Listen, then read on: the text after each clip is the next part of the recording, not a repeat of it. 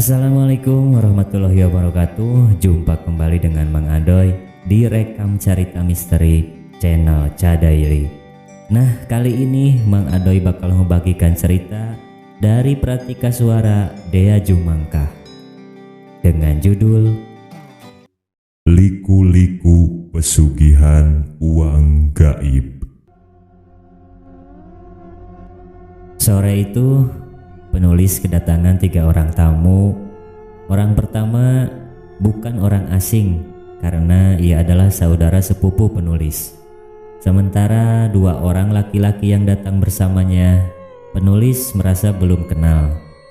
Setelah berbasa-basi menanyakan kabar masing-masing, kami ngobrol di teras rumah.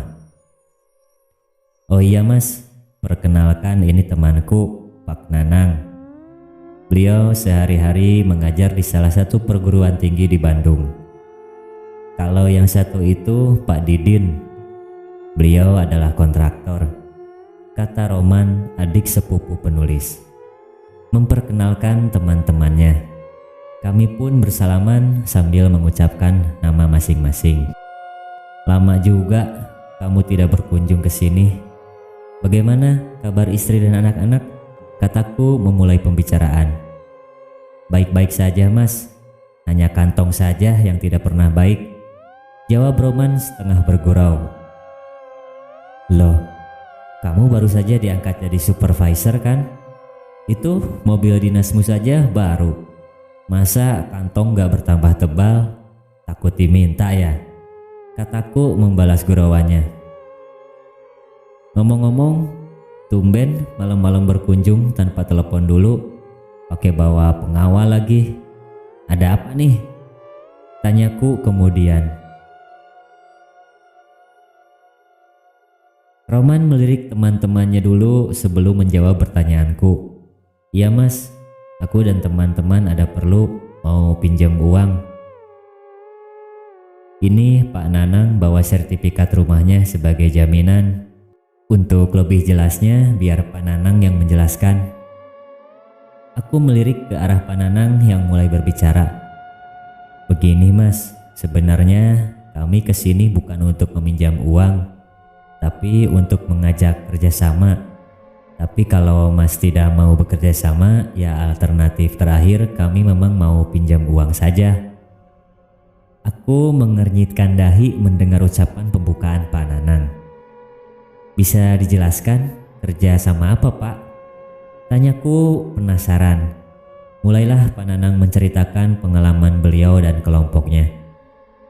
Kurang lebih 3 bulan lalu Pak Nanang dikenalkan oleh seorang temannya ke Mbah Anu. Mbah Anu ini memiliki keahlian untuk menyedot uang dengan cara gaib. Uang yang diambil adalah uang para pejabat yang disimpan di satu tempat. Para pejabat ini tidak mau menyimpan uangnya di bank karena jumlahnya sangat besar sehingga takut ditelusuri asal-usulnya oleh pihak berwenang. Sebagai seorang akademis, Pak Nanang awalnya tidak percaya akan cerita tersebut. Namun ceritanya menjadi lain. Ketika pada suatu waktu Pak Nanang diajak oleh Mbah Anu ke satu tempat di pinggiran Tangerang. Di satu desa terpencil ternyata ada sebuah rumah yang lumayan megah. Sekeliling rumah tersebut dibentengi oleh pagar tembok setinggi kira-kira 2 meter ditambah kawat berduri di atasnya. Di depan gerbang pintu masuk nampak beberapa orang berjaga-jaga. Dengan tenang Mbah Anu berjalan menemui para penjaga tersebut dan meminta izin untuk melongok ke dalam rumah. Seperti yang sudah kenal, para penjaga mempersilahkan Mbah Anu dan Pak Nanang masuk halaman rumah. Tapi hanya sampai batas tertentu saja. Sebatas bisa melongok ke dalam melalui celah kaca yang terbuka sedikit. Ketika melongok ke dalam rumah, alangkah terkejutnya Pak Nanang karena yang dia lihat di seluruh ruangan penuh dengan uang ratusan ribu rupiah yang bertumpuk dengan rapih. Uang sebanyak itu berapa miliar atau triliun ya? Demikian batin Pak Nanang saat itu. Dalam perjalanan pulang, Mbah Anu bercerita bahwa uang itu milik seorang jenderal. Beberapa kali ada yang mencoba mencuri, tapi semuanya ditemukan telah menjadi mayat dengan mata mendelik seperti ketakutan. Rupanya pengamanan rumah itu diserahkan pada makhluk gaib yang nekat mencoba mengambil uang tersebut tanpa seizin pemiliknya. Mbah Anu sanggup meminta uang tersebut kepada para penjaga gaib dengan cara menyogoknya, yaitu memberikan sesajen yang mereka sukai. Mbah Anu minta tolong Pak Nanang untuk mencari uang guna membeli sesajen yang dibutuhkan. Berbagai macam buhur yang harganya selangit minta disiapkan. Mbah Anu meyakinkan Pak Nanang untuk tidak ragu dengan harga sesajen yang jumlahnya mencapai 150 juta rupiah. Karena hasil yang didapat bisa berpuluh bahkan beratus-ratus kali lipat. Karena telah melihat dengan mata kepala sendiri mengenai keberadaan uang itu, Pak Nanang menjadi percaya dan tertarik dengan ajakan Mbah Anu. Singkat cerita, Pak Nanang berhasil mengajak 6 orang temannya, termasuk Roman, adik sepupu penulis, untuk mengadakan ritual pengambilan uang gaib. Mereka kemudian urunan untuk membeli persyaratan yang dibutuhkan. Setelah persyaratan siap, berangkatlah mereka. 6 orang kelompok Pak Nanang dengan Mbah Anu ditambah 4 orang muridnya menuju sebuah hotel berbintang di daerah Bandung Utara.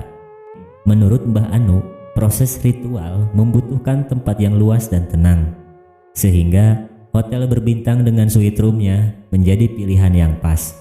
Bila ritual dilakukan di rumah salah seorang kelompok tersebut, dikhawatirkan akan terjadi hal yang tidak baik terhadap penghuni rumah yang lain. Demikian kata Mbah Anu. Setelah sampai ruangan hotel, keempat murid Mbah Anu menata sesaji di tengah ruangan. Tempat tidur, meja, kursi, semua dipinggirkan. Sekarang, mari kita mulai. Semua orang harap duduk mengelilingi sesaji. Nanti lampu akan dipadamkan. Pada saat lampu padam, tidak boleh ada bersuara sedikit pun, titah Mbah Anu. Nanti, kalau ada suara yang jatuh, semua harap diam. Tidak boleh ada yang bergerak, apalagi mengambil barang yang jatuh tersebut, kata Mbah Anu melanjutkan instruksinya. Dengan rapi mereka duduk mengelilingi sesaji. Dengan isyarat, Mbah Anu menyuruh salah seorang muridnya untuk memadamkan lampu. Suasana kamar menjadi hening dan mencekam. Cahaya yang ada hanya sinar remang-remang, berasal dari pedupaan yang berisi bara api. Mbah Anu mulai membakar madat Turki yang harganya mencapai 25 juta rupiah. Seketika suasana ruangan menjadi semerbak oleh harumnya madat. Suasana menjadi tambah mendirikan bulu roma ketika Mbah Anu membacakan mantra-mantra dan membuka botol minyak wangi Elizabeth Arden serta membakar apel jin Arab. Sekitar setengah jam mantra dibacakan. Tiba-tiba brak, terdengar suara benda jatuh menimpa sesajen yang ada. Semua terlonjak kaget, semua mata dalam ruangan itu tertuju ke arah benda yang jatuh. Dalam kerembangan tampaklah sebuah kardus bekas mie instan. Di dalam kardus itu tampak tumpukan uang ratusan ribu rupiah lengkap dengan bundelnya sekardus penuh. Melihat tumpukan uang kertas dalam kardus tersebut, spontan ke-6 orang berdiri dan menuju ke tengah ruangan, ingin melihat dengan lebih dekat dan lebih jelas lagi. Pada saat salah seorang hampir sampai dan tangannya mau menggapai kardus tersebut, tiba-tiba sesaji berterbangan seperti ada yang melempar. Kelapa muda menghantam perut Roman, bunga setaman menerpa muka beberapa orang, botol-botol bekas minyak dan buhur juga ikut terbang. Ada yang menghantam kening, ada yang kena perut, kaki, dan bagian tubuh lainnya. Mbah Anu bahkan terhantam pedupaan yang masih berisi bara yang menyala. Melihat itu, Mbah Anu buru-buru berdiri dan menyalakan lampu ruangan. Keadaan yang semula kacau menjadi tenang kembali. Namun, sekarang ruangan itu seperti kapal pecah. Semua barang, termasuk uang, dalam kardus tersebut bertebaran di sana-sini. Sudah, diam semua. Sekarang bereskan semua barang yang berantakan. Tapi ingat, bila kejadian ini tidak ingin terulang lagi, Jangan ada seorang pun yang berani menyentuh uang itu, bentak Mbah Anu dengan suara menggelegar. Maka mulailah mereka membereskan ruangan itu. Sementara Mbah Anu mengumpulkan bundel-bundel uang yang tercecer dan memasukkannya kembali ke dalam kardus. Setelah semua beres, mereka duduk kembali mengelilingi kardus tersebut. Itulah akibatnya kalau kalian tidak mengikuti perintahku.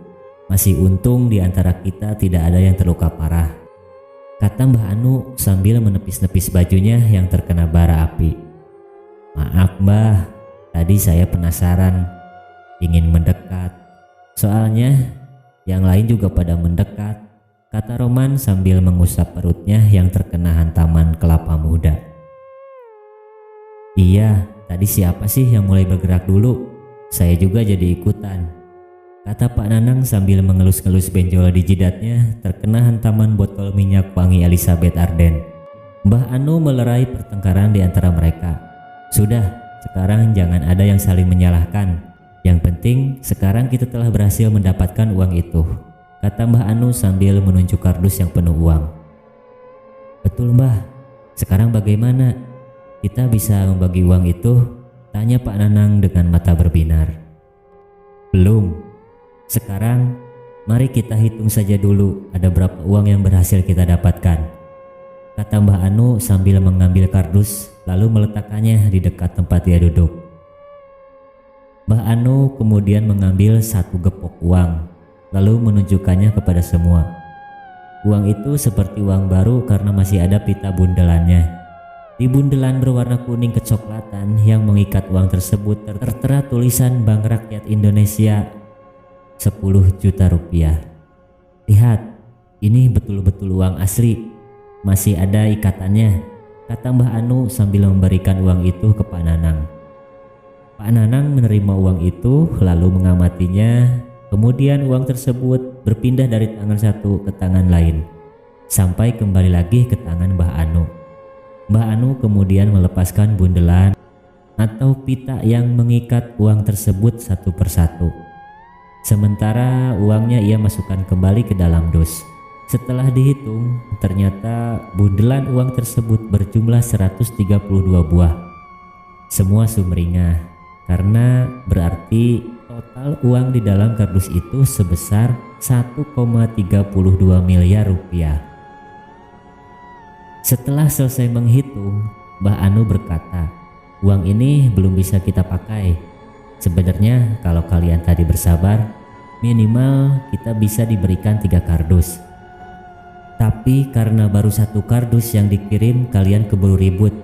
Makhluk gaib yang tidak mau disogok oleh kita menjadi tahu dan marah. Akibatnya telah kita rasakan tadi. Uang itu sampai Jumat depan belum boleh dipakai. Masih harus diritual lagi. Romanlah yang akan membawa dan menjaga uang ini sampai Jumat depan. Kita tenang saja dulu supaya semua betul-betul aman. Kalau kita gunakan uang tersebut sekarang, maka paling tidak akan ada 1 orang keluarga di antara kalian yang akan diminta sebagai tumbal. Jadi mari kita sabar sebentar. Roman tidak akan mungkin menggunakan uang itu karena kita tahu betul jumlahnya. Dan kalaupun Roman nekat menggunakan uang tersebut, walaupun hanya selembar, taruhannya adalah nyawa.